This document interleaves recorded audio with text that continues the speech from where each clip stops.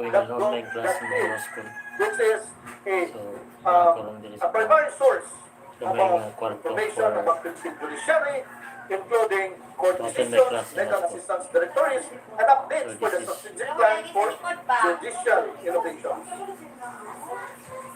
Before I move to the other case digest and case finders, I would like to expand a little bit about what we call the legal technology in the Philippines, which is one of the basis by which these e-books, these portals have been made possible. Legal tech pertains to the use of technology and software to provide support and services in the operations of the law. Be it lawyers, be it law firms, be it judges, be it students, and be it avid fans of the law. It is primarily used in document management, electronic discovery, and case management. As early as 1993, I have read the Lex Libris, which was one of the pioneers. It was through a CD. It was a compilation, but slowly from early 90s until now, it has transcended and developed into something more sophisticated, more user-friendly, and more robust in its content.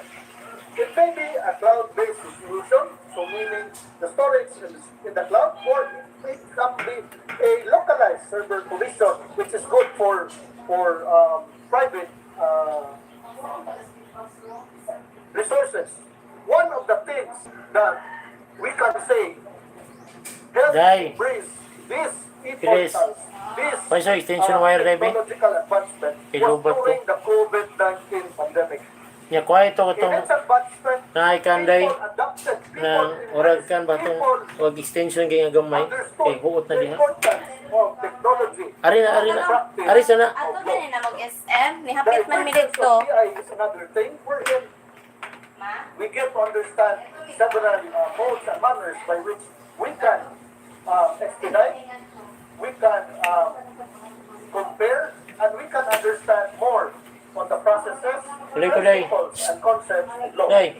As used in its relevance, as Nadi ako. used in its security-wise Sumpay ba? applications, it is important to understand that there is what we call responsibility Ikan sa and dito ba? Saksak ito ba? accountability in the use of this. Kaya nagklase pa ko. Next slide, please. Inaha. Paabot. Kani lukot. We have Chan Robles, we have Court of Appeals, judiciary.gov.ph, we have Court of Tax Appeals decisions. These are electronic compilations. Next slide, please.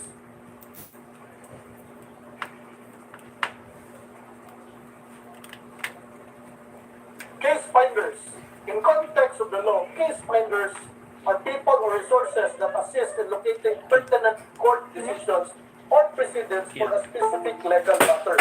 Legal researchers, lawyers, and even software that searches legal databases for case law that bolsters a legal position are example of this.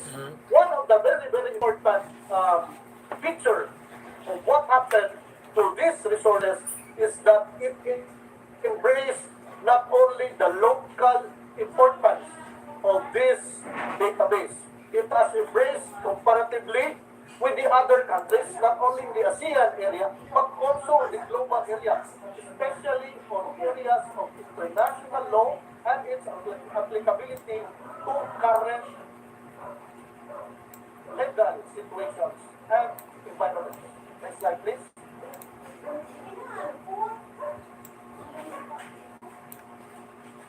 So, case finders are there.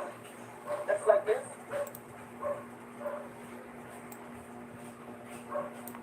An example of case finders is we have the digest, we have Westlaw and LexisNexis, and also there is the AI-powered legal research tool specially designed for Philippine law.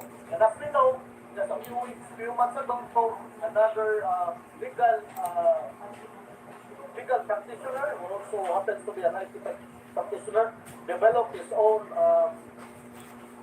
platform, still like your the PH, they like know that lawful the PH, it is to assist and find and help law practitioners find resources which they may find helpful given the right keywords, given the right filters, given the right GR Day, number. pareho kape day. Like this, Kape. it is also important to understand that in a digest, in a case finders, there are three important elements. Number one is the structure, which includes, among others, the title, the facts, the GR number, and even the personalities involved. Next is its accessibility. There are free access and there are for payment access. In the case of the Philippines, a case digest the Philippines refers to a summary of legal case cited by the Supreme Court, capturing essential facts, legal issues, and court rulings, essentially breaking down into searchable cases. Yung muna yung trabaho na ko guys, aside sa bagang trabaho, eskwela tatay, yung mga abogado po. So sometimes online me, sometimes ako sa school to attend face-to-face class. Next, like this. So karon ako mo ilang presenter for ilang Structure is number one. discussion kay amo mga grupo may mo report mga tao. So we're discussing about legal research. So mahimo tang abogado po hon. Siyempre before we go to the court, kailangan kang mo mga bugar sa itong kliyente, kailangan sa mo himo og legal research in regards to our case. And usually we find Supreme Court jurisprudence or case laws where we need to digest cases para find of something relevant to our case na pwede na ito gamitin as basis for some arguments that we're trying to fight for our client. So a lot of things. So ano yung mag-skill sa abogado, nagkantang kaso na sahon, we need to digest cases, long cases. So most of the time, professors give us a lot of Next like this.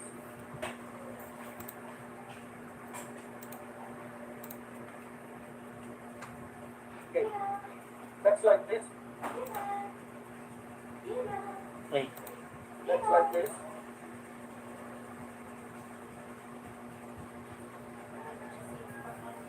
Next slide, please. Next slide, please.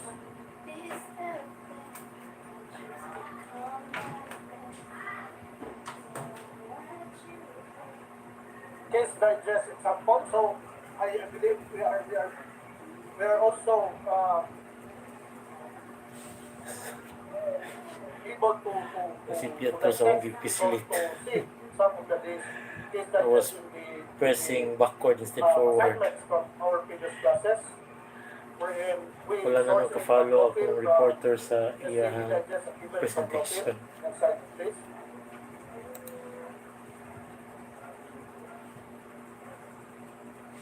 So we have several other indexes, which is from Ateneo de Manila, from the Supreme Court on the as printed by Manila Supreme Court of Philippines, month in July 1988 to present. Next slide, please. We have several printers. We have the Central Library and the Rex Library. Let's bookstore for this one. We have the Office of the Reporters Case Index Manila. These are other digests, other indexes that we can get source of. Next, please.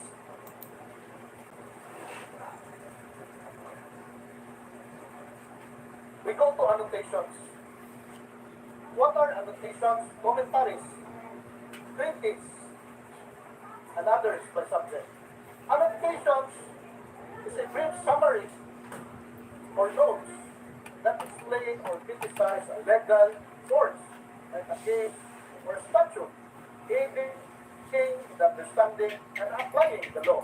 An example of an annotated statute is these are brief So summaries. again, discuss niya kung Annotated kauban statutes are brief about summaries sa of mga cases notation commentaries sa that treatises. reference to a statute, while a case annotation, So sometimes we have this kind of annotated statutes, we have case things could annotations. affect our laws.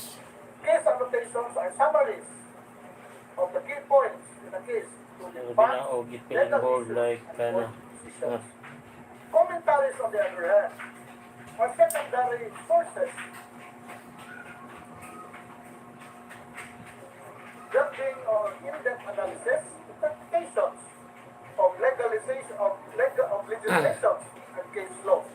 They're often So aside from restrictions real and estate subject work specific. guys, so Next slide, please.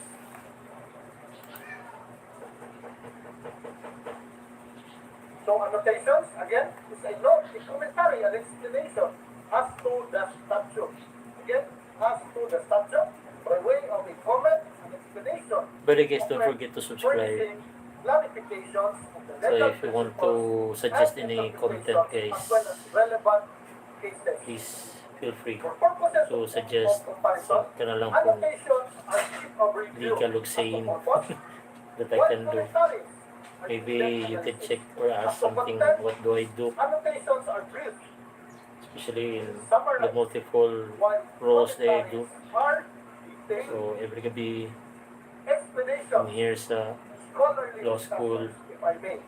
As to and format, if I annotations don't have are class found in the as evening, annotated I structure do trainings with my Ernest team, and presented aside as from short weekends. notes, usually in the margin. Currently, While I'm doing commentaries are Ernest found training with my students, in printed Ernest journals or players even in the standalone morning, publications. early dawn, As to sa iyang gipasron, as to length, then go with my real estate work. annotations are short. Yeah. Commentaries are So long. medyo busy si uncle niya. As to focus, I do also teach in college, real estate and criminology. while commentaries are broader in large legal concepts. Next slide, please.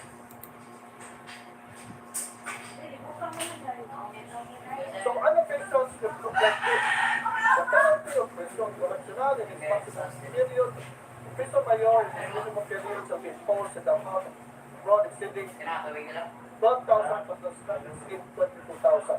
So this contains a brief explanation, a brief summary of what Article 315 of the RTC concerning estafa or stifling is all about. Next slide, please. Commentaries on the other hand provides a detailed information So, kanina content guys, medyo boring ni. area. Please, next slide, please.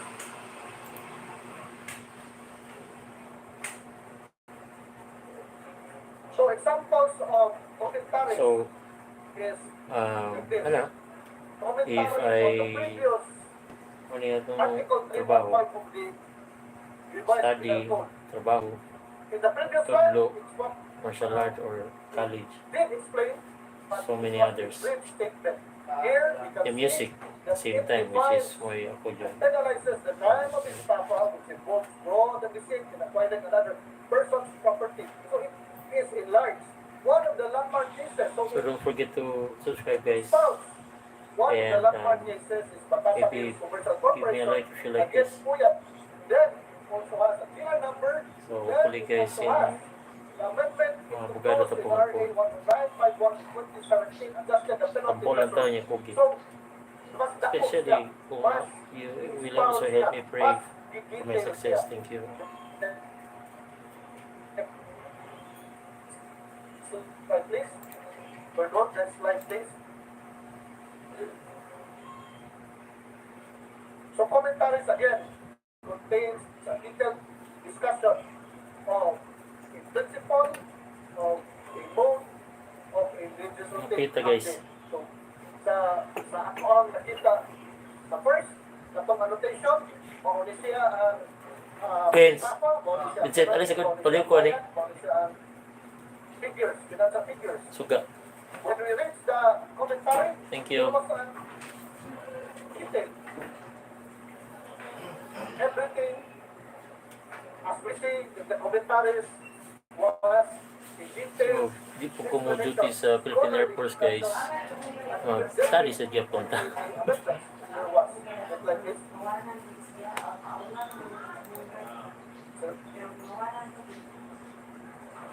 So this is a chart of the difference between applications and commentaries. So based on length, based on purpose, based on scope.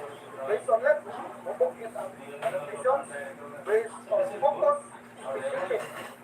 Based on purpose, split over view compared to an in-depth analysis. So commentaries, in-depth analysis. Commentaries, broader legal concepts. It's like this.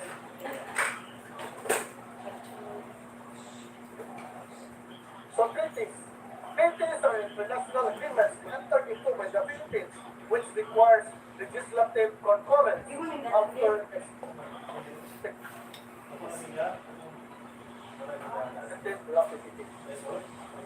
Number 6, for international organizations governed by international law that creates enforce someone